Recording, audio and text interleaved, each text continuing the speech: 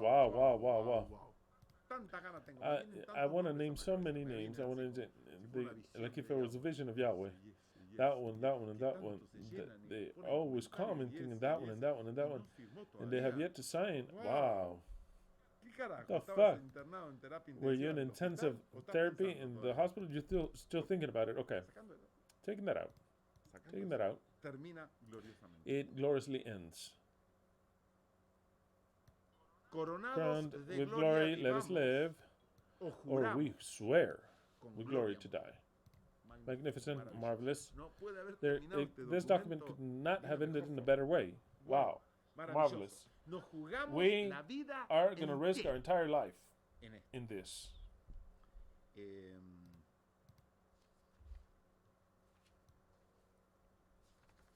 Nuestro próximo Our next estudio study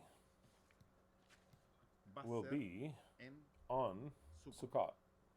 Y si es que tengo And ganas if I de- want to even si no, present it, and será if not, it'll be después. afterwards. En Sukkot me da Because maybe on Sukkot, ganas de I decir, want to say, you know what? quedémonos charlando Let's y- just y chat no and we abrimos won't el sábado. open Pero it quizás live, sí, but maybe depende so, who de knows, cómo, no depending on prometo nada. how I'm feeling. Porque ya no va a haber I'm not estudio. promising anything, there won't be any more Porque el studies because next próximo Shabbat, Va a ser, vamos it a will hacer be, esto, we're going to do y ya el this, and the siguiente next Shabbat Shabbat vamos a will pleno be Sukkot, in o estoy complete equivocado. Sukkot, Sí, or am pleno I wrong? Sukkot. It'll be Así complete que within por ahí Sukkot. hacemos un estudio. Maybe we'll have a Ahí study, no, maybe not. Leslie Leslie will let you know en la in the invitación. invitation. Les avisa si She will hacemos let you know if estudio we'll have a o study no, or y not. vamos a- My vamos a beautiful wife will avisar let you know.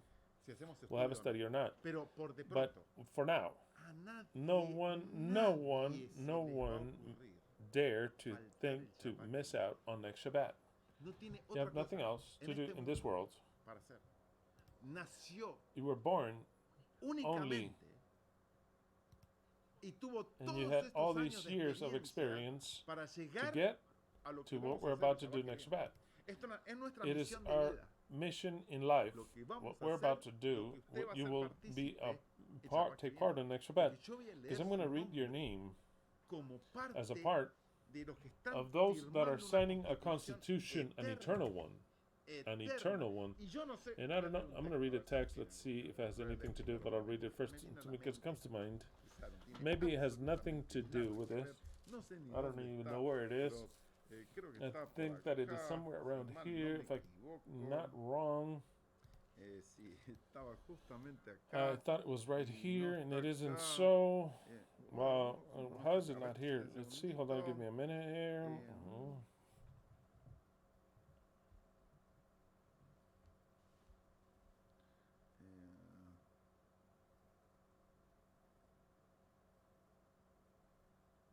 Bueno, sí, podría tomarse sí, pero mejor We no could se take it lo that way. voy a- I'm not going to read it either way.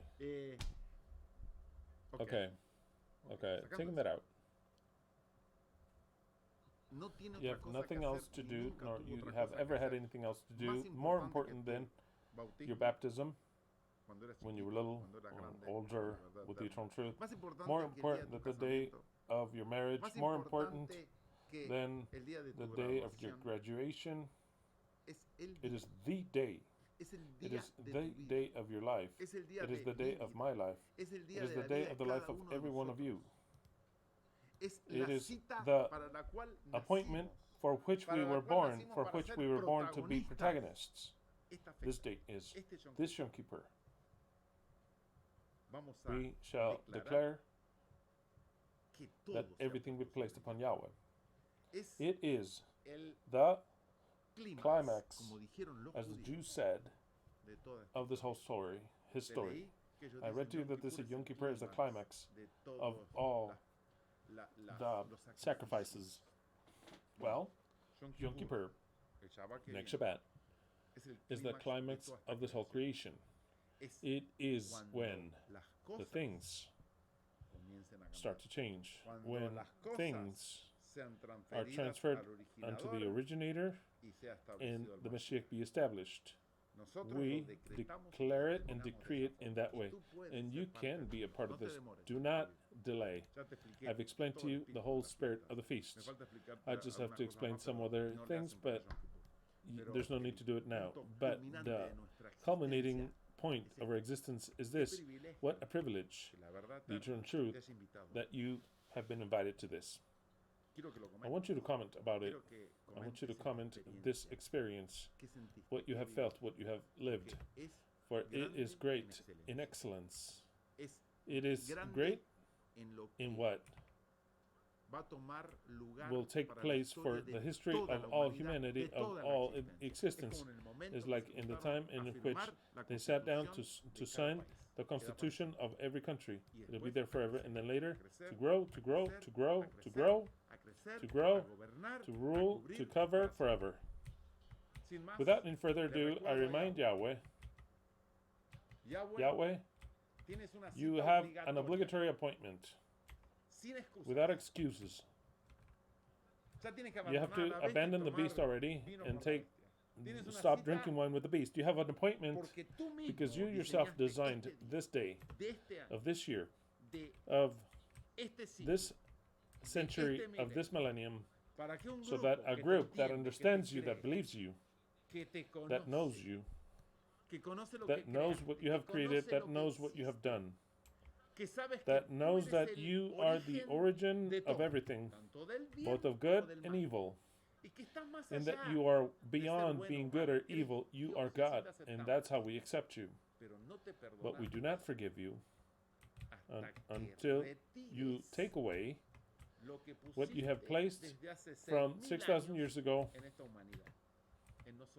upon the humanity, upon us, upon creation, in the animal. There's a reason why it is written that the entire creation is awaiting, and you, Yahweh, that is hearing this, you are in an appointment obligatorily to receive what we'll do by your design. This Shabbat at sunset at 7, California hour, Yahweh, you have to be here. We're going to put a chair, because that is where you will be. And you is what we're going to talk to. And the appointment is a legal and obligatory appointment because we are judges. Who made our constitution? Ourselves. Judges of everything. Because we demonstrated it with the scripture, and the first one is the owner that constitutes it. We read that he has judges. No, nobody takes that. We take it upon ourselves. We are the judges, not just of the earth, but of everything. So then, those judges are summoning you for next Shabbat at sunset at 7 California. You need to be here without any under perjury of law. I don't know if we could say I conjure you. Could we say it sounds like witchcraft? I conjure you. I appoint you. I evoke you. Convoke you to be here legally. You're obligated physically also, and every one of you. Now I'll speak to you. You, those who believe, those who have ears to hear what the Spirit says. You have to be here. Since way before, waiting to see when I'll go live. Dress in your best. There are no rules, but dress up in luxury. The menorah, there's no rules. There are no rules for the clothing, but I will ask you certain things. I'm going to ask you certain things.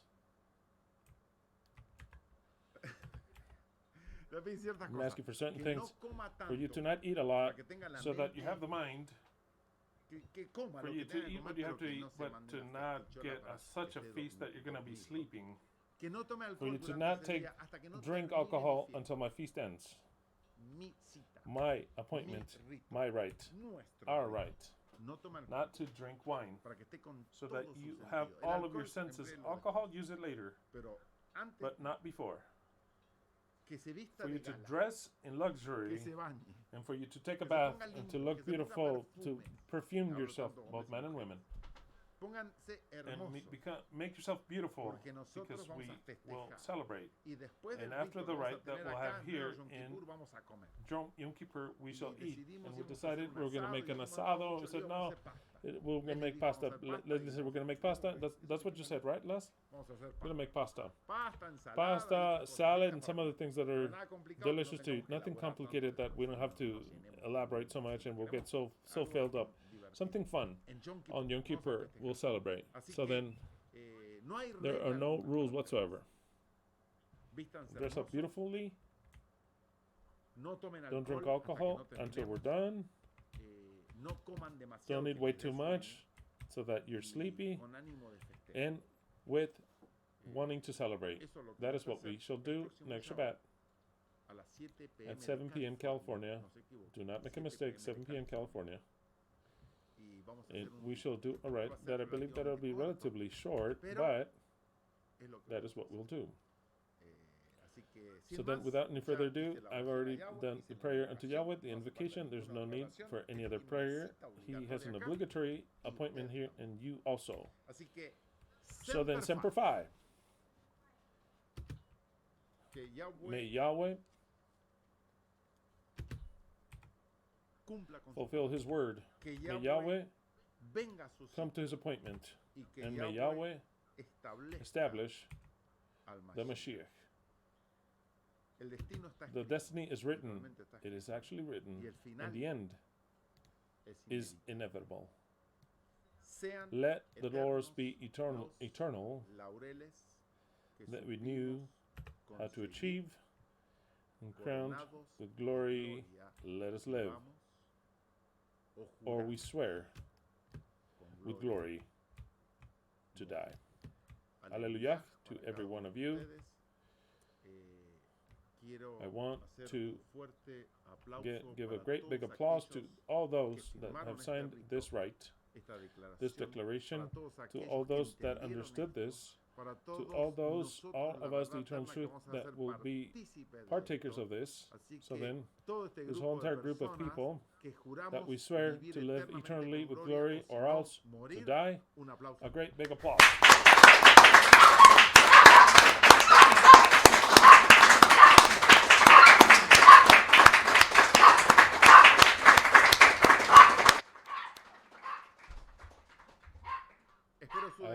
I'm waiting for your declaration. Quiet. She doesn't know where to stop. Stop there. I wait for your declaration if you haven't done so. And I'm waiting for it today in order to have time to add you. And if you're listening to this in whatever time you have time till next Shabbat. Next Shabbat, in the morning of California, my time. So then whenever I want, there's not a special one, time of grace. All of a sudden, it'll be during the Shabbat of next Shabbat. Shorten. That's it. It's over. The one that is on the list. I hope that nobody's just waiting to get there for the last second when you can do so now. A great big hug on behalf of all of us, Leslie, Angelina, Brian, and myself, because of your bravery, your effort, and because you have understood very clearly what we will do. So then, on behalf of us, a great big hug to each and every one of you. This has been designed by us in conjunction. It took us months to understand it, design it, and to be able to pour it out on paper in order to make it perfect, to be something that can be praised. So then it is a gift of us to you, but your signature is a gift of you towards us. So then we appreciate this union and this judgment, that this swearing, this oath that we're doing. It's like the oath that the book of Enoch of the fallen angels, they were 200. Well, according to the book, we're more than 500. Next Shabbat, you'll know the exact number.